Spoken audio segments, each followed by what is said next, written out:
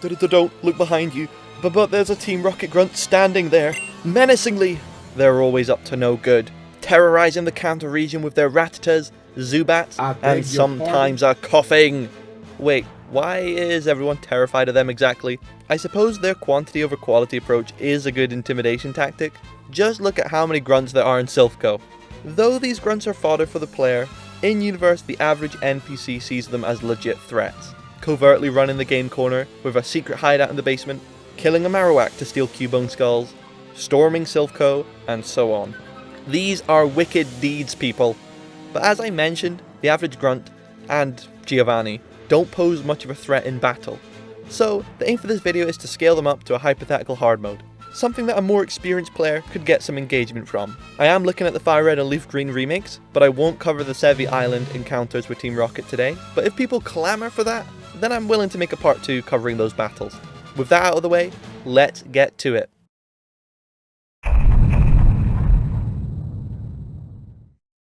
We first encounter Team Rocket in Mount Moon. They're littered all over the game. They're in the caves, on the routes, and in your walls. Quite frankly, there's so many of them that it'd be impossible to review and revamp every one of them in a reasonable amount of time. So I'll keep it brief when covering them. Let's establish a few ground rules for every grunt to follow.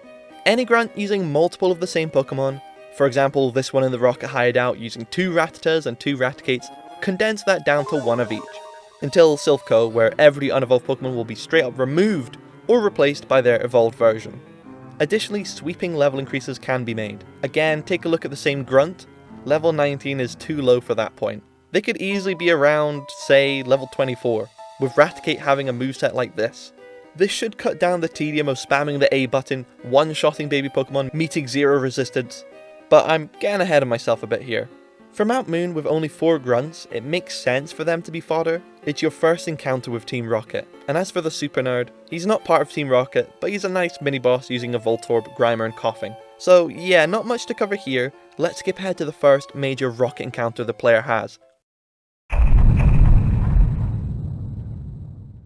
Upon reaching Celadon City, you can't help but notice the vast amount of Team Rocket grunts loitering around, snatching handbags from old ladies, stealing candies from babies. There's a stench in the air, probably from all their Coughings and Grimers. And as you head to the game corner to fry your brain cells, you notice another grunt staring at a Team Rocket poster. Easily you defeat him, and as you reveal their secret hideout, a nerd appears from the stairwell. Surprised by your appearance, he exclaims, "You again? You may have beaten me in Mount Moon, but that was merely a fluke. A truly terrifying trainer resides deep within here. He beat me in battle and took away my precious fossil Pokemon. Not like I care, but if you know what's good for you, you'll steer clear of this place." Yeah, it's the Super Nerd from Mount Moon, and he's had his fossil stolen. You progress through the hideout, defeating all those grunts, which as I mentioned earlier, we've cut out their duplicate team members and increased their levels. Eventually you make it outside of Giovanni's room, his gamer pad. Normally there's 2 slightly stronger grunts here guarding the entrance, one with an Arbok, the other with a Sandslash. But I think it'd make more sense to replace these 2 for a Team Rocket executive. Technically executives do exist, but they're reserved to the post-game only, and only use the default grunt sprites. I could call it a day by merging the 2 grunts teams with their Sandslash and Arbok, but I'd rather do something different. They stop the player and state, "A kid? Really now? This is who has everyone running in fear in our own hideout?" No, looks can be deceiving. And don't you dare think I'm the same as every other grunt you've faced up until now. They lead with Kadabra at level 26 with Synchronize, holding a Twisted Spoon, and knowing Psybeam, Shadow Ball, Reflect, and Recover. I know held items are a rarity in Kanto, but I will be giving everyone items since it's hard mode. Besides, Twisted Spoons are naturally found on wild Abras. Anyway, why Kadabra? Well, aside from it being a solid mid-game Pokemon with amazing special attack and speed, it's a prize at the game corner, the cheapest one at 120 coins. Shadow Ball is also a prize in the TM section. Team Rocket is running this place after all, why wouldn't they utilise these Pokemon and TMs they've stockpiled? At least for the executives. Shadow Ball may seem like a weird pick with Kadabra's low attack, since it's physical this generation, but think about what actually resists Psychic in Kanto. There's no Steel or Dark types, it's only Psychic that resists, meaning Shadow Ball should only be used on a super effective target. Lastly, Reflect and Recover, it's fairly standard, bolster Kadabra's poor defense and provide good healing. Second out is Dratini at 27 with Shed Skin, holding a Citrus Berry and knowing Thunderbolt, Ice Beam, Flamethrower, and Dragon Rage. Now this is a proper curveball, I know. Again, I'm thinking in terms of the game corner. Dratini is another prize, same with those elemental attacks that make its moveset cracked. But with Dratini's baby stats, it's hardly overpowered for this stage. Also, it seems all of the Kanto remake trainers have 0 IVs, until the Elite Four where it's 30s across the board. To be honest, that's a bit of a letdown, so I'll just throw it out there, I'd introduce IV scaling across the game, as they do in later games. Maybe this executive would have 15 IVs across the board, but for the Dratini, since it's a baby, let's give it the max IV treatment to help it out a little. Oh, and Dragon Rage does a flat 40 damage. It's solid at this point, especially for a baby Dratini. Last out is Golbat at level 28, with Inner Focus, holding a Sharp Beak, knowing Wing Attack, Bite, Double Team and Confuse Ray. Now I've gone with a more standard approach to round off her team. Every executive can have a Golbat as a way to unite them, I suppose. Nothing too crazy, but its stats are decent at this stage, and it can try to annoy you with confusion evasion strats. Here's our first executives team, higher level than the base game grunts, and using a diverse team with a lot of coverage. I've gone in on the game corner angle using 4 of their TMs and 2 of their Pokemon. Some people may take issue with a Rocket member using the Dratini line. I say deal with it. As you defeat them and enter the room, you're greeted with the big dog. A balding man, lounging around on the couch, probably watching, what's a good mid to late 90s movie? Matilda? I love that movie anyway. Miss Trunchbull's a straight demon, literally flinging kids around by their hair. Wait a minute, this is a Pokemon video. Alright, Giovanni, show us your squad. He leads with Onix at level 25, with Rock Head, knowing Rock Throw, Bind, Rage and Harden. Do I even need to say anything? Onix is bad, the moveset is bad, disgusting first impression. Second is Rhyhorn at 24 with Rock Head, knowing Stomp, Fury Attack, Scary Face and Tail Whip. Okay, so we have Geodude 2.0 here. Low speed stat and the likelihood the player already has a water or grass type on the field from one-shotting Onix. There's rarely a scenario where this guy can pull off something noteworthy. Maybe once in a blue moon it'll land a Scary Face and outspeed Stomp Flinch, but with these stats and typing, and honestly just how low leveled it is, I don't see it happening. It feels more like a Gen 1 moveset to be honest. Lastly is Kangaskhan at level 29, with Early Bird, knowing Fake Out, Mega Punch, Bite and Tail Whip. Finally, a decent Pokemon. With a great stat spread, high enough level, and lack of 4 times weaknesses, it's actually able to put up a fight. Fake Out for free chip, Mega Punch gives flawed, but acceptable enough stab for this stage of the game. Bite isn't my first coverage pick, but can damage rock and ghost types, and Tail Whip, sure. Though what I like about Kangaskhan the most here, and I suppose this could apply to Rhyhorn as well, is that this is clearly a poached Pokemon. A rarity in this world that the mob boss has to have. On top of that, used as his premier fighter. He has forced the mother and baby through many battles. Now admittedly, a few other trainers use a Kangaskhan, but they're good, and Giovanni's evil, so it's different. Anyway, here's his team, essentially just Kangaskhan, the battle. While the Kanga really enhances the fight gameplay and lore-wise, it's still overall a fairly disappointing initial brawl you have with him, with his 2 underleveled, easily exploitable rock ground types. So let's mix it up for my man. He now leads with Omanyte at level 29, with Swift Swim, holding a Mystic Water and knowing Surf, Ice Beam, Rock Tomb and Rain Dance. Team Rocket stole the fossil and are immediately putting it to use. Turns out their Mount Moon venture wasn't a complete waste. Obviously stat wise it's not incredible and will lose to a grass type, but this is more so a lead for the lore. But if the player doesn't lead a grass type move, we have powerful Mystic Water boosted Surfs, Ice Beam in case it is against a grass type, Rock Tomb for speed control and Rain Dance to enable Swift Swim, outspeeding most Pokemon and increasing its damage output. But of course, the nerd may have taken the Dome Fossil. If so, Giovanni would lead with Kabuto at level 29 with Swift Swim, Mystic Water, knowing Surf, Ice Beam, Rock Slide and Rain Dance. Similar strategy here, but since Kabuto is more so a physical attacker, we have Stab Rock Slide. Second out is Scyther at level 30 with Swarm, holding a Sharp Beak, knowing Air Lace, Steel Wing, Silver Wind and Focus Energy. I did say this would be a hard mode version, and while these moves are mid and base power, Scyther has great stats. I feel Scyther adds to the poached rare Pokemon aesthetic, and you can get one of these in the game corner in Fire Red. With the Sharp Beak and Aerial Ace, it counters players that did use a grass type to take out the fossil. But of course, this is for Fire Red.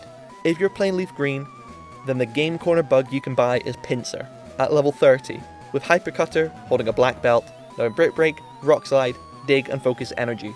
Now unfortunately it doesn't learn a bug or flying attack like Scyther, but again this is still a high BST mon with a good moveset for the start of the mid game.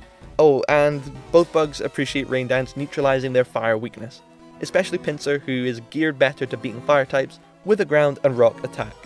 Last out is Kanga at level 31 with Early Bird, holding a Silk Scarf and knowing Fake Out, Mega Punch, Seismic Toss and Iron Tail. I've given it the Silk Scarf to emphasize its normal attacks damage, Seismic Toss is consistent reliable damage, and Iron Tail is a high risk, high reward attack to deal with rock types. And hey, it's the final Game Corner TM yet to be used between the Executive and Giovanni. So basically if this Pokemon wants big damage, it has to risk missing or settle for consistent Seismic Tosses. Here's Giovanni's new team. These games are all about replayability, version exclusives, and so on and so forth. So what better way to showcase that than Team Rocket's boss drastically changing depending on a choice you make in-game and a choice you or your parents made out of the game, resulting in his team varying from this to this. I imagine Giovanni would have different teams on standby at different locations, therefore makes sense his team in the Celadon Hideout would utilise Game Corner Pokemon. And the Fossil I feel is a flavourful addition, which, while not powerful themselves, Giovanni's bugs and Kangaskhan have that covered with high BSTs and solid movesets. At this point it'd probably be wise to tackle Erica first, gain a bit more XP to ready yourself for this encounter.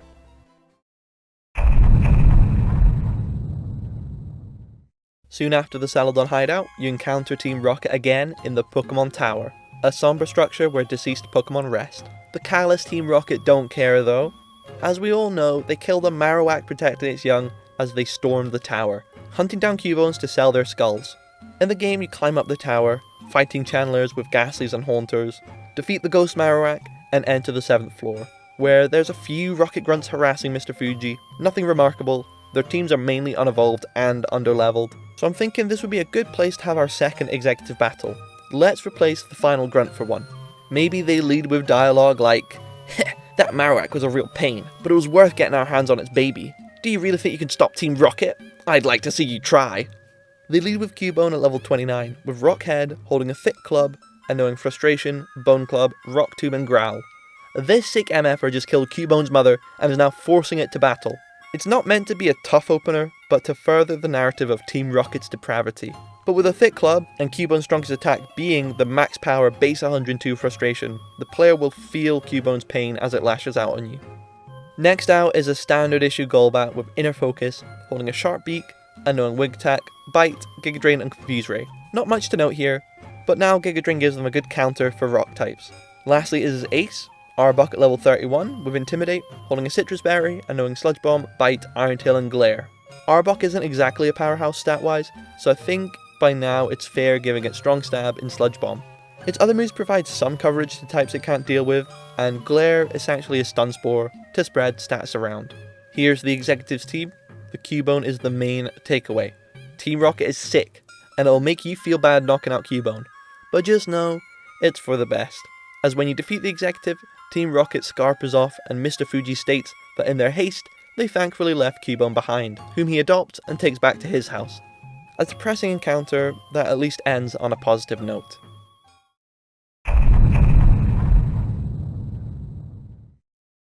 I'm re-recording this point of the voiceover onwards, because I didn't realise it, but the hay fever was making me so low energy it just was not acceptable. Anyway, you next encounter Team Rocket in Silph Co, which could be quite soon after you face them in the Pokemon Tower, or not. You could head to Saffron, or Cycling Road, or my personal nightmare routes, 12, 13, 14, and 15. I ended up making a video fixing these routes, and I'm pretty proud of it, so if you want to watch, links up there. Anyway, Silph Co. There's hundreds of these Rocket MFers. Okay, not hundreds, but there's a load of them. Excluding the rival and Giovanni battle, there's 30 trainers total, collectively with 82 Pokemon. Most of these trainers are Rocket Grunts, but there's a few scientists using predominantly electric types, and for some reason, a juggler with psychic types. I really don't get what this bozo is doing here, storming Silph Co. Maybe hired entertainment to keep morale high, or perhaps taunting the employees by juggling their stolen Pokemon in their face. Either way, we need to streamline this bloated building. Take this grunt on floor 2, remove those Zubats, trainers don't need unevolved Pokemon at this point in the game, and he already has a Golbat. Also bump up the levels to say, I don't know, at least 30? It is a bit tough to accurately scale these levels. You could literally beat Blaine, do the Sevi Islands before taking on this place if you really wanted to. An option could be to introduce some level scaling depending on the player's gym badge count. Not a massive deal, but definitely worth pointing out. Let's look at another example. Take this scientist on floor 10. He should have a Magneton. And what makes this especially weird is there's a trainer that uses Magneton way earlier in the game. On Route 11, near Lieutenant Surge's gym, there's this guy. Additionally, at this stage of the game, with so many trainers in Silph Co, it's about time we broaden Team Rocket's horizons. Here's a list of every Pokemon you can expect from these Silph Co trainers. For the Rocket Grunts, they use Zubat, Golbat, Rattata, Raticate, Cubone, Marowak, Ekans, Arbok, Machop, Machoke, Drowsy, Hypno, Sandshrew, Sandslash, Coughing, Wheezing, Grimer, and not Muck. The scientists use Voltorb, Electrode, Magnemite, Magneton, Coughing, Wheezing, and Muck. And that one juggler uses Mr. Mime and Kadabra. This sounds like good variety for a second until we realise that pre-evolved forms are clogging up this variety count and are used just as, if not more abundantly than their evolved forms. Across 82 Pokemon, that's 13 different evolution lines, 11 if we exclude the one-off juggler. And there's definitely some more Pokemon that would suit these guys. So let me make some suggestions, and I'll even give a sample set for each Pokemon. I think the Grunts could use Beedrills, Fearos, Parasect, Nidorino and Nidorina, and the scientists could additionally use Porygons, a Ditto or two per chance, Electabuzz, and the odd Magmar. And of course, let's remove every unevolved Pokemon from the Silph Co trainers roster, and replace some common repeats like Raticate for the Pokemon I just mentioned. Crunching the numbers, that would bring the new Pokemon total count to 59, a total reduction of 23 Pokemon, over a quarter total Pokemon removed, while increasing their team variety and difficulty. We've still maintained the 30 trainer horde, as I am fond of just how full-on ridiculous Team Rocket have been in storming this building. With less Pokemon, this means the XP gains would be significantly lower, but since they're all using higher leveled and evolved Pokemon, it should be roughly the same. With that taken care of, after beating Blue, before encountering Giovanni, you're stopped by one last Grunt, whose team is normally this. Why aren't they an executive? They're already slightly stronger than the other Grunts around here. I think the intention was for it to be an executive, but Game Freak has commitment issues. So instead, as you approach the boardroom, you're stopped by one last Rocket member, an executive. They state, "First the dojo, now Silph Co.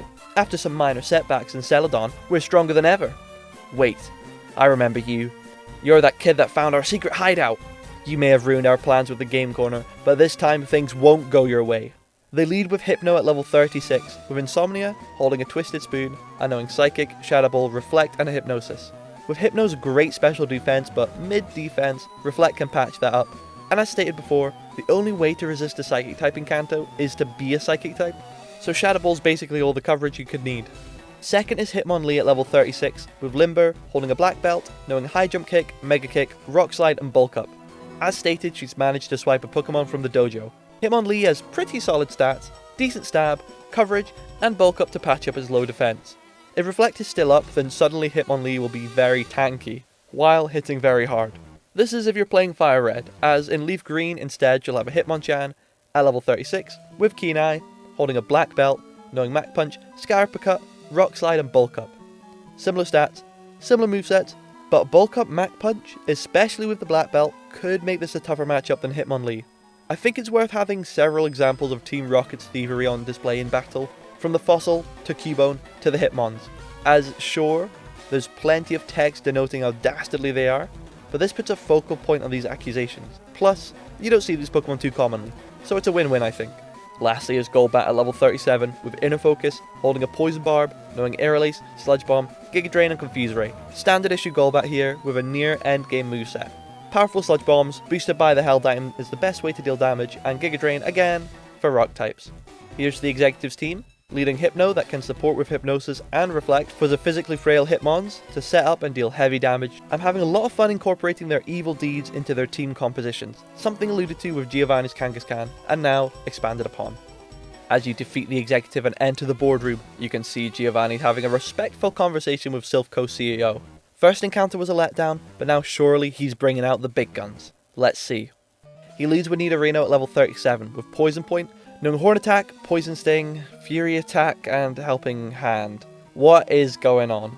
First of all, I get it, you want to save Nidoking until the gym fight, but Nidorino is something I expect for Grunts at this stage. No, the big dog. Plus, the moveset is bad. Horn Attack at base 65 power is your best option. Why even have Helping Hand in a single battle? This is just Nidorino's 4 latest level up moves. This is the boss of Team Rocket, the final quote-unquote encounter, and they didn't even bother to customize his team's movesets? Sorry, I'm going into hater mode a bit, because it's just such a letdown seeing this. Shameful start from you, Giovanni. Second is Rhyhorn at level 37, with Rockhead, knowing Rock Blast, Stomp, Fury Attack and Scary Face. So a marginally improved Rhyhorn from the secret hideout. Replacing Tail Whip with Rock Blast, but it's not enough. Again, this thing's stats resemble Geodude's. This is Giovanni too. If you're going to give a weakling, at least give it good moves. Again though, this is just Rhyhorn's level up learn set. Third is Kangaskhan at level 35 with Early Bird, knowing Fake Out, Mega Punch, Rage and Tail Whip. So a straight downgrade this time. Replacing Bite with Rage. At least Bite was something to deal with rock types, and now that the player can actually use the Ghastly line, he's replaced it to have mono normal offense. And it's the 4 latest level up moves of course, learning Rage at 31. Are you seeing a pattern? Someone may make the argument that, hey, maybe the devs were limited in making custom movesets in some way, though there's plenty of examples proving otherwise. Even if that was the case, an alternative solution would be intelligently design the level up learn set of at least the boss Pokemon, so they have decent movesets when fighting the bosses. So step back. Last out is Nidoqueen at level 41 with Poison Point, and knowing Body Slam, Double Kick, Poison Sting and Tail Whip. Okay, this isn't great, but it is far better than what came before it. Nidoqueen has a cool typing, solid stats, a nifty, no drawbacks 30% power chance Body Slam, okay-ish double kick coverage, and that's about it. Ghastly line serves again by the way. Nidoqueen's moveset is full of potential, so it would have been nice to see that on display here. But yeah, it's the best of a bad bunch really. Here's Giovanni 2's team. It's really bad for what should be an intimidating encounter that upon your victory, Giovanni concedes defeat and abandons Team Rocket. A lot of wasted potential coming down to a mix of poor movesets and underwhelming unevolved Pokemon. Well, the worse their teams are, the more fun my reworks get to be. Really, it's a good thing. So let me show you what I've come up with. Giovanni now leads with Omastar at level 40 with Swift Swim, holding a Mystic Water, knowing Surf, Ice Beam, Bite and Rain Dance. Same strategy as Omanyte in the Rocket Hideout, but now evolved with solid stats. And if you pick the Helix Fossil, then he'll have Kabutops at level 40 with Swift Swim, holding the Heartstone, knowing Surf, Rock Slide, Brick Break and Rain Dance. I was on the fence whether I should include the fossils in this fight, but I like them. They evolve at level 40 and players don't really get to fight them, so that's my reasoning. Second out is Nidoqueen at level 41 with Poison Point, holding a Poison Barb, knowing Earthquake, Sludge Bomb, Thunder and Surf. If you're using a Nido, for the love of Arceus, capitalize on its moveset. We have 2 strong stabs, Thunder capitalizing on potential rain set up by the fossils, and is a good option for water types. And additionally Surf boosted by the rain is an excellent option for opposing ground types. Third will be Kanga at level 41 with Early Bird, holding Leftovers, knowing Body Slam, Iron Tail, Attract and Rest. I'm feeling devious with this one. So Kanga is bulky, with Leftovers for passive recovery every turn, with Attract to stall the player with Infatuation or having to switch, and think about this. Starters have an 87.5% chance of being male, aka most players' strongest team member can be afflicted. That's tech. Oh, and with Rest and Early Bird, Kanga can fully recover its HP at the cost of sleeping for just 1 turn. For offense, we have Body Slam for a powerful stab that can paralyze to further increase her longevity, and Iron Tail. Honestly, with a lack of steel types in this game, it really seems to be the best catch-all move. Good against rock types, can hit ghosts, 30% defense drop. Sure, it's inaccurate, but it does ensure Kanga can't really be walled by anything easily. His ace is now Persian at level 42, with Limber, holding a Silk Scarf, and knowing Fake Out, Return, Water Pulse and Bite. It had to be done. Giovanni and Persian are synonymous. This is just big, normal type damage with the Silk Scarf. And there's Water Pulse for rock types, and Bite for ghosts. Return feels appropriate here with just how much Giovanni dotes on it in the anime, and in turn, Persian is shown to be very loyal to Giovanni. So here's Giovanni 2's team, retaining a fossil Pokemon with a similar strategy that also supports the Nidoqueen's coverage moves. Kangaskhan received an overhaul that I'm really happy with. I don't often use Attract or moves like that, but hey, it's worth tampering with every now and then. Lastly, Persian, his ace, but while not a super powerful team member, is useful in its own right, and further showcases Giovanni's character to the player.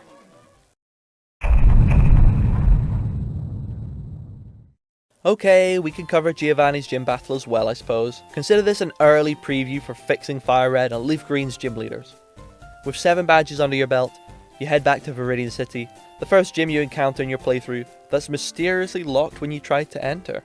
Well, who could have guessed it, but it's Giovanni's hideout! How is this a hideout? Honestly, I said it best in my Fixing Gen 1 Gym Leaders video. Apparently this is his hideout somehow, even though it's a gym. He's the gym leader and it's the biggest building in town. What is bro playing at? Can he at least give us a solid send-off after 2 underwhelming teams?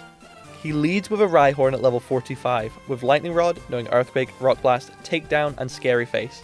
Gym 8 Rhyhorn. What? At least it knows good attacks? I mean, Takedown's not great with 85% accuracy, and Recoil, thanks to Rhyhorn having the wrong ability. I swear to Arceus, this game is trolling me. Literally, Giovanni in the previous 2 battles used a Rockhead Rhyhorn, but lacked a recoil move. Now that he actually has one, it's inexplicably changed to its useless one. Giovanni, you're an awful trainer, in a moral sense, a meta sense, you're stupid, and a bad father.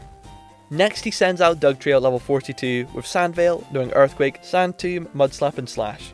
This is far better than Rhyhorn by virtue of Dugtrio's speed stat. At the very least, it can dish out a fast-paced, decent enough Earthquake, but why are we using Sand Tomb? 15 base power, 70% accurate, but don't worry, it will trap the target, preventing switching and dealing 1/16th damage every turn for 2 to 5 turns. Wow. If only Dugtrio had an ability to trap opponents instead. That'd be nice. How is Dugtrio going to survive to reap the rewards of Sand Tomb with these stats? I don't know. Mudslap is fine, I guess. It's basically a sand attack that deals damage but can't hit flying or levitating Pokemon. And Slash is just basic coverage. Also, no way to damage the Gengar line. Cool. Third is Nidoqueen at level 44 with Poison Point, knowing Earthquake, Body Slam, Double Kick, and Poison Sting. As said before, stat and typing wise, Nidoqueen is fine. Its moveset, now with Earthquake, is far more solid, with the exception you can only Poison Sting the Gengar line. Fourth is Nidoking at level 45 with Poison Point, knowing Earthquake, Thrash, Double Kick, and Poison Sting. Very similar to Nidoqueen here, slightly more offensively leaning, Thrash is worse than Body Slam, and the Gengar line. Giovanni, flaunt your wealth. Use TMs. Last out, his ace is Rhydon at level 50 with Lightning Rod, knowing Earthquake, Rock Slide, Takedown, and Scary Face. Well, at least he's finally evolved a Rhyhorn. Wait a minute. That's only in the red and blue games? It's still a Rhyhorn in the remakes? So his ace is a carbon copy of his lead Rhyhorn but 5 levels higher? Why? Just why? I don't need to explain why this is bad. The devs really wanted to save Rhydon for the rival champion battle. The big reveal! A beefier Rhyhorn that still faints to any water or grass attack. Come on now. Here's Giovanni's team. I guess his non-Rhyhorns are fine-ish, if you're not using a ghost. In general, his moveset lacks good options to deal with water and grass types, though Stab Earthquake is a good option on any neutral target. At least most grass types are neutral to it, being part poison. But I'm really disappointed with Giovanni here. Misty for Gym 2 gets a Starmie, but Giovanni is stuck using a baby stinking Rhyhorn for his ace. Where's the justice? Let me handle Game Freak, Giovanni. Don't worry, my man. Giovanni now leads Dugtrio at level 47, with Sandveil holding a King's Rock, knowing Earthquake, Tri-Attack, Rock Slide, and Sandstorm. At a higher level, with a great speed stat, it's unlikely this lead will be outsped and one-shot like Rhyhorn. While weather isn't amazing in Gen 3 unless you're Tyranitar, Kyogre, or Groudon, my man is a ground type user first and foremost, and I can't not give him this after he was using those rain dancing fossils. To that end, I went with Sandveil over Arena Trap. Most players will probably lead with their best ground counter either way, so we have a bit of cheeky evasion strats to give Dugtrio a chance. For its moves, they're all fairly standard. The King's Rock adds a 10% flinch chance to Earthquake and Tri-Attack. Assuming it outspeeds, no matter what move Dugtrio clicks, it's possible to waste the player's turn, increasing Dugtrio's longevity further than what these stats would allow for.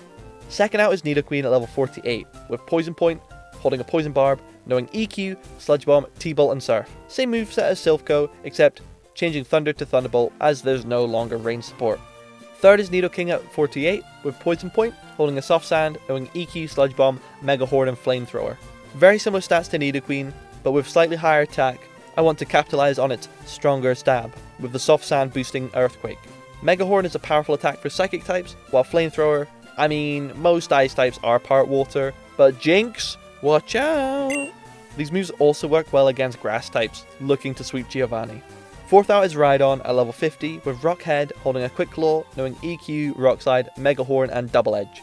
The stats are solid, but the main issue of course is low speed and special defense, so the Quick Claw giving a 20% chance to go first and use any one of its powerful attacks gives this ground rock type a chance.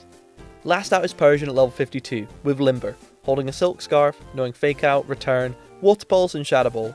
Still on his gym team and made his ace. Stat wise it's nothing incredible except for its speed, so its level has been boosted to 52, whereas Gio's original ace was level 50.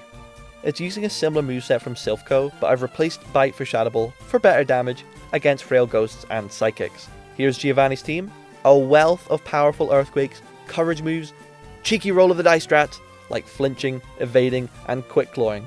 His original team was genuinely just sad for a Gym 8 fight, even by normal Pokemon standards. But now, to me, this looks a lot more appropriate for a hypothetical, hard mode, 8th Gym Leader battle. And that's it for today's video. It was a lot of fun working on this. Team Rocket are so undercooked. If you've enjoyed, then maybe I should take a look at the other evil teams, such as Hoenn's Team Magma and Aqua, aka Team Poochyena and Zubat. But anyway, that's it for now. Make sure to like, comment and subscribe as it really helps out, and I'll catch you all in the next video. See ya!